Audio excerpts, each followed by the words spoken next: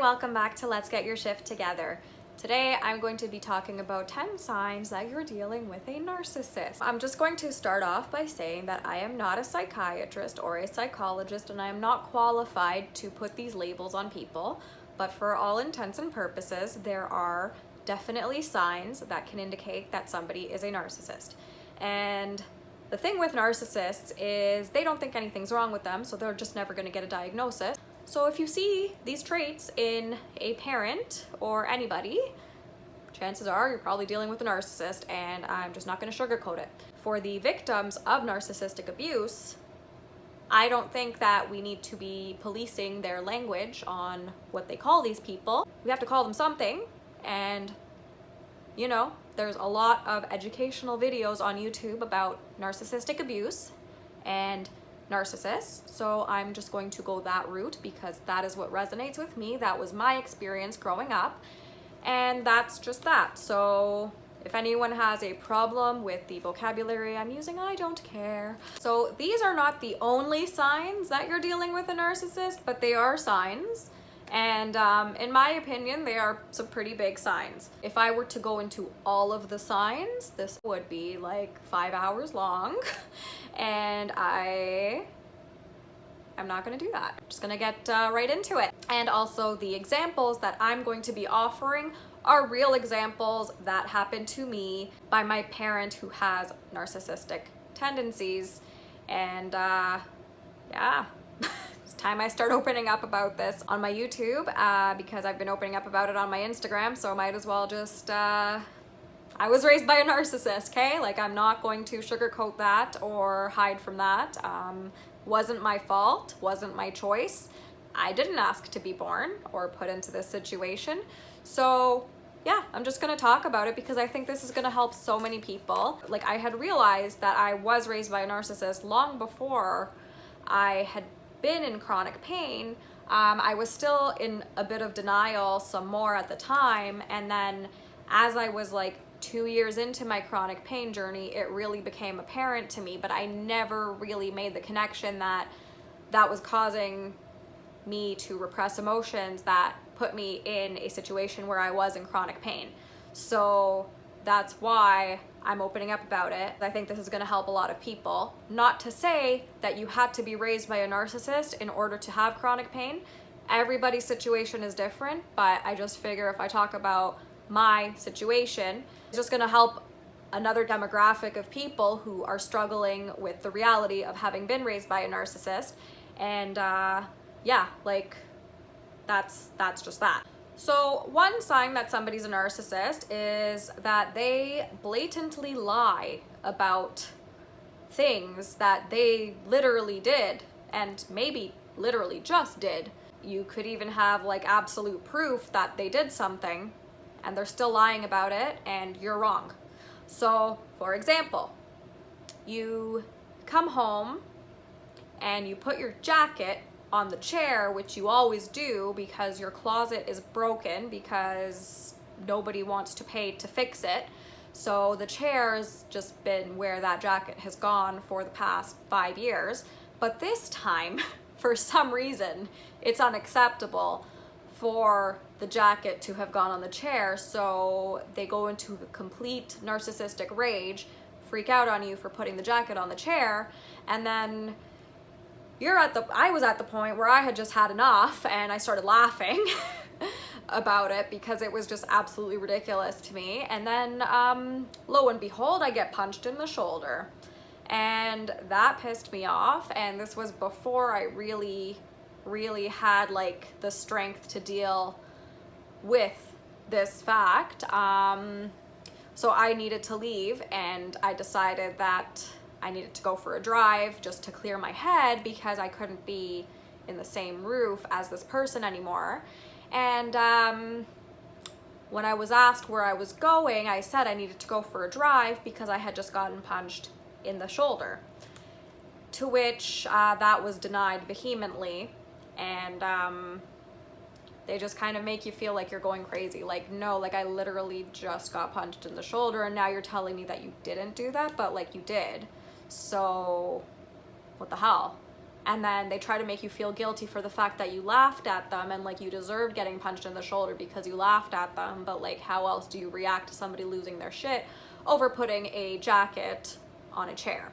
This brings me to sign number 2, which is guilt trips. Those are the worst. This is something that I dealt with for basically my entire life, and this was an emotion that I had been repressing for my entire life. And this was something that was a reoccurring theme as I was journaling, as I was going through the tension myositis syndrome work. I couldn't quite shake off the guilt until like right at the end of my healing journey. Like, this was something that I really struggled with because it was something that was instilled on me at such a young age. And you know, it's just not something that you put on a 5-year-old. So for example, I was in university getting ready to go out with some friends because that's what people that age in their like late teens, early 20s do. You know, you're pretty much ready to go out, and then all of a sudden, the narcissistic parent isn't feeling well.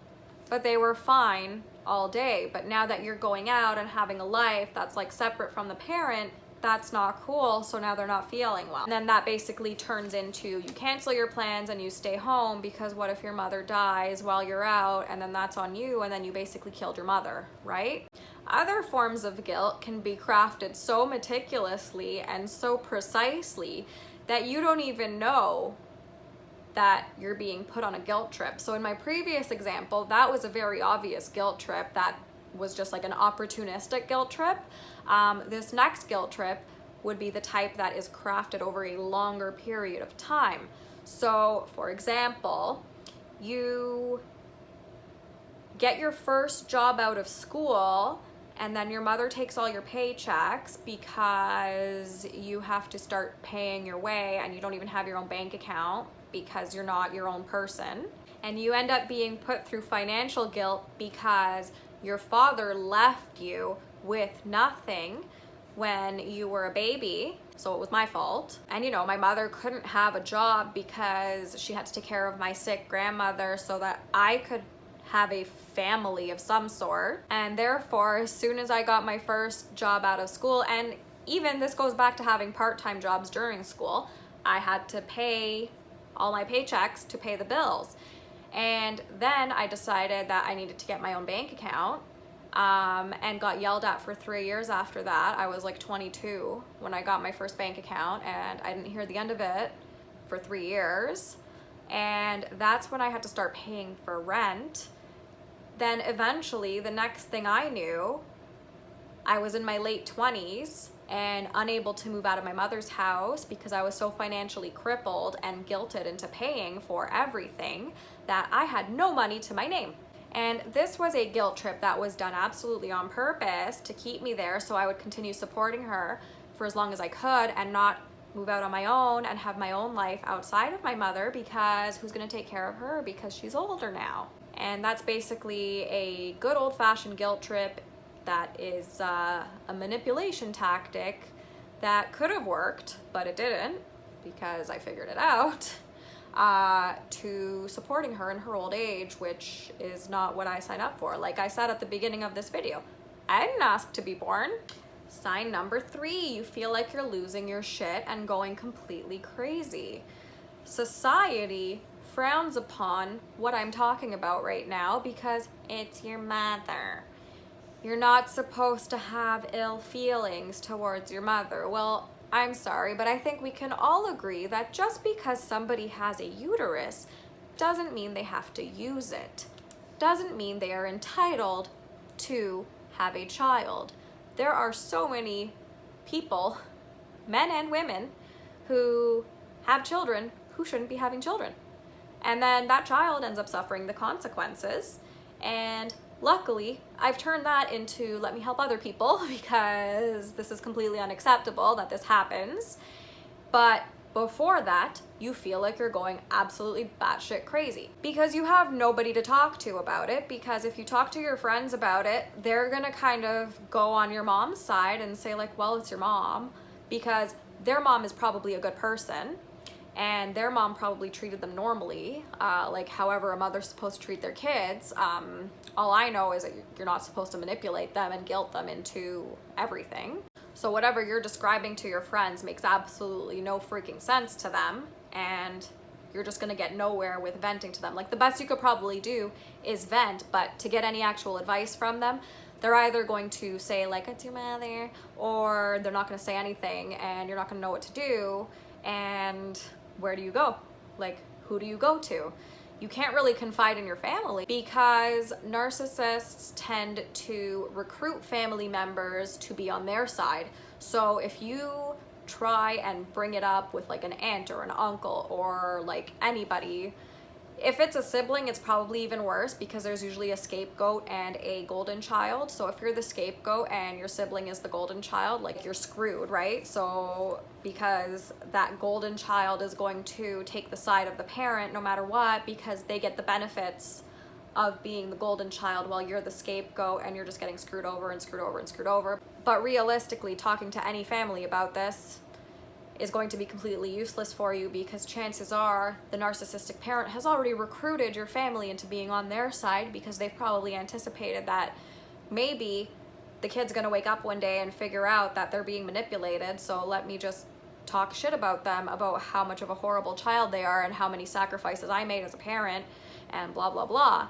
And then everyone's going to be on the narcissistic parent side and not on the emotionally abused child side because no one really understands it. Sign number 4, they embarrass you.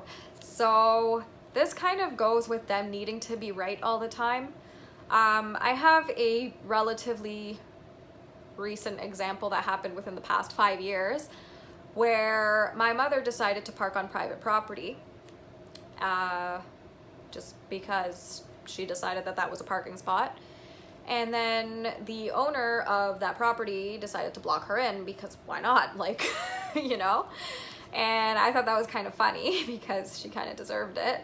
And then instead of her apologizing to the owner of the property, she decided to have a screaming fit in the middle of the street and attract all the neighbors and cuss this person out who she was in their spot on their property, but she was still right. So that's pretty embarrassing. Number 5, standing up for yourself or walking away from a bad situation, whether it is with the narcissistic parent or anybody in your life in general, whether it's a toxic friend, a toxic relationship, or whatever, feels confusing. For some people, it takes several failed relationships to start seeing the pattern of narcissistic abuse to realize that their parent is a narcissistic person.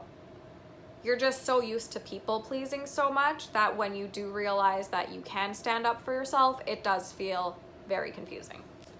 Number 6, you don't really care how you feel because you're too busy walking on eggshells about how they feel. So it's just kind of been so ingrained in you that how you feel doesn't matter and you're wrong no matter what, and the narcissistic parent or person in your life is the correct person, and you just have to walk on eggshells to kind of like diffuse the situation and make sure that they're always happy and screw however you feel because it doesn't even matter. And then that kind of leads into emotional repression, which led me to my chronic pain journey. Number 7, you find yourself asking very often, what the fuck just happened? You start a conversation about one thing and then it gets completely derailed into how much of a horrible person you are. And the original topic that you were speaking about had absolutely nothing to do with whatever you're talking about 5 minutes later, and it just goes in circles and circles and circles to demonize you somehow, and you just really don't even understand what the hell happened there. Number 8, you need validation and you're constantly second guessing yourself. So you're always wrong and you've always been wrong. And anytime that you do something and you're pretty sure you did it right, you still kind of second guess that maybe you did it wrong. And you're always looking for approval from someone externally to make sure that you did it right, just in case, because if you did it wrong, you might get screamed at or you might get told that you're a friggin' piece of shit or something. And that also goes into you asking the other person, are you okay? Are you upset? Did I do something wrong? When it could be something as simple as unloading the dishwasher. You know? Unloading the dishwasher for me was a nightmare, and I second guessed myself well after I moved out of my mother's house on how I was unloading the dishwasher if I was doing it properly. There is no right or wrong way to unload a dishwasher. You just unload it, you put the stuff where it belongs, but apparently, according to narcissistic parents, there's a wrong way to do anything. Number 9, you constantly get interrupted. So you could be talking about an achievement that you had and the narcissist will interrupt you and derail the conversation and make it about themselves. And whatever you just achieved or whatever you just went through, that doesn't matter because the narcissist has something more important to say. And the 10th sign that I'm going to talk about is boundary violation.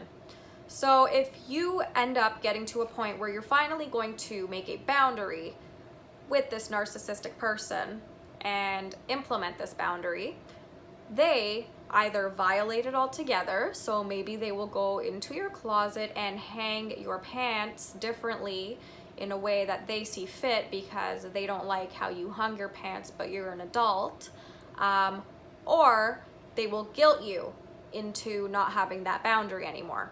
So if you decide that you want to have your own bank account, for example, that turns into, how could you do this to me?